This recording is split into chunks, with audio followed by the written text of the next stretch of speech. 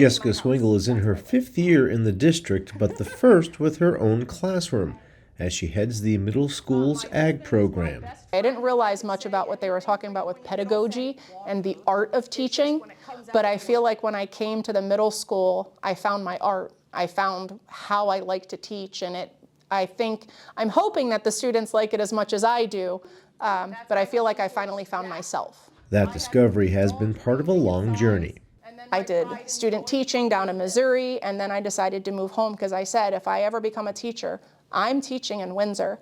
And I was moving back to New York from Missouri because I knew I wanted to teach here. The teacher's aide position opened up and at Bell, and I just said, I'm going to take the pay cut and do it because I really need to get my foot in the door. I've always wanted to teach in Windsor where I graduated.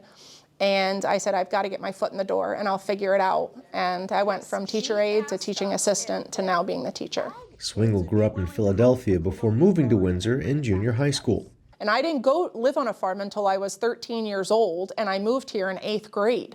I grew up in the city. So when the kids look at me, they just automatically assume, but they don't realize that I grew up where streetlights were on and you had to be home. That was our signal to be home back in Philadelphia. So I want you to find one connection that you can have with me with something that I like or something that I do. While only in her first year fully running a classroom, she has a strong idea of the atmosphere she wants to create.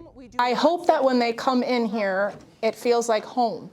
Like, I want them to be themselves. I try to have, like, the plants, the animals. I want them to have a space that touches on everything. So it's got the bees, it's got plants, animals, chickens. We do mechanics in here.